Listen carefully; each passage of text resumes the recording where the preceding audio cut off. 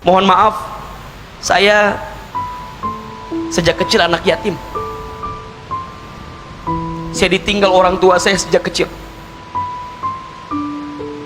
Ketika ayah saya meninggal, ibu saya menjadi seorang single parent yang sangat luar biasa. Beliau nitipin dua sama saya. Satu, Hilman belajar yang rajin, belajar ilmu. Mama nggak ngasih harta sama Hilman, tapi mama ngasih ilmu. Kalau Hilman dikasih harta, maka nanti Hilman yang akan capek ngejagain harta. Tapi kalau Hilman dikasih ilmu, nanti ilmu yang akan ngejagain Hilman. Saya masih ingat kata-kata itu. Nanti Hilman di pesantren, tolong belajar yang banyak ya nak, belajar Quran, pelajari Quran. Mama tuh berharap banget Hilman jadi ustadz, itu kata ibu saya. Yang kedua, jaga sholat ya nak ya, jaga sholat. Singkat cerita, setelah ayah saya meninggal, ibu saya single parent sendiri.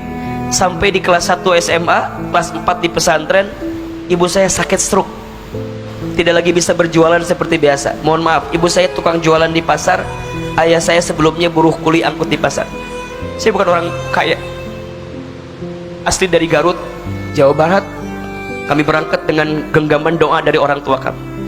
Saya tuh masih ingat sekali teman-teman sayang, sholat itu bisa merubah keadaan kita, apalagi ditambah taat sama orang tua.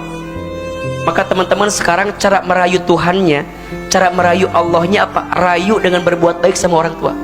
Ridullah fi ridul walidain wa sukhtullah fi sukhtil walidain. Ridhonya Allah tergantung ridhonya orang tua, murka bencinya Allah tergantung murka benci orang tua. Mohon maaf lahir batin, boleh jadi hari ini teman-teman terhambat hidupnya, banyak persoalan datang dalam kesehariannya, karena boleh jadi ada goresan luka di hati orang tua kita, yang membuat Allah mungkin belum meridho dengan apa yang datang dalam hidup kita. Saya tuh masih ingat sekali, sejak kecil saya tuh nakalnya minta ampun, nakal. Tetangga sering bilang gini ke ibu saya, ibu ini si Hilman begini. Apa kata ibu saya? Maafin anak saya, insya Allah nanti Hilman jadi ustadz. Itu kata ibu saya. Saya bilang nggak mungkin mah, bagaimana caranya? Singkat cerita, lulus SD kami dimasukin ke pesantren.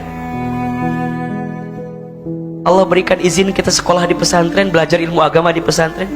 Saya pesantren di Darul Arqam di Garut, satu pesantren dengan Ustadz Adi Hidayat. Saya beda 4 tahun atau 5 tahun angkatannya dengan beliau. Saya adik kelasnya beliau di pesantren. Banyak doa-doa ibu saya yang dulu kami menyangka itu hanya sekedar ucapan, tapi sekarang jadi doa yang dikabulkan. Ibu saya itu sakit stroke.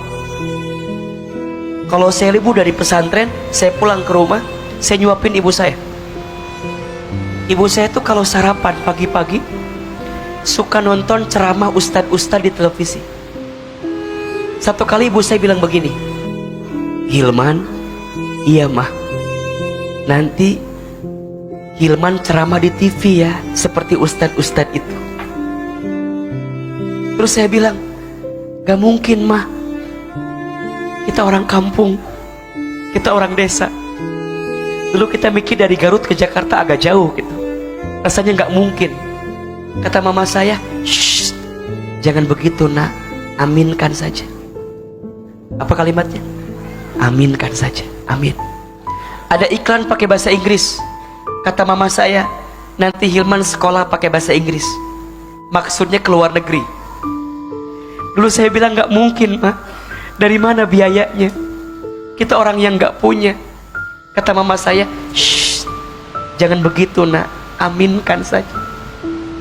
Apa kalimatnya? Amin. Ibu kami pernah dapat sejadah gambarnya Ka'bah. Setelah beres sholat, beliau baca talbiyah, labbaik Allahumma labbaik, labbaik la syarika laka labbaik, innal hamda wa ni'mata laka wal mulk la syarika lak. Satu kali saya tanya, mama tuh kenapa kalau setiap beres sholat suka baca talbiyah? Dipeluk badan saya, dicium kening saya, diusap kepala saya. Apa kata mama saya? Hilman, mama itu ingin sekali berangkat ke Baitullah. Mama doakan ya, Hilman bisa bolak-balik ke Baitullah. Amin, amin, amin. Teman-teman tahu, dengan izin Allah, sekarang apa yang dulu ibu saya ucapkan sekarang terjadi semua. Ibu saya bilang nanti Hilman ceramah di televisi. Sekarang setiap pagi Hilman di CNN Indonesia, kadang di Trans TV. Tapi saya sedih.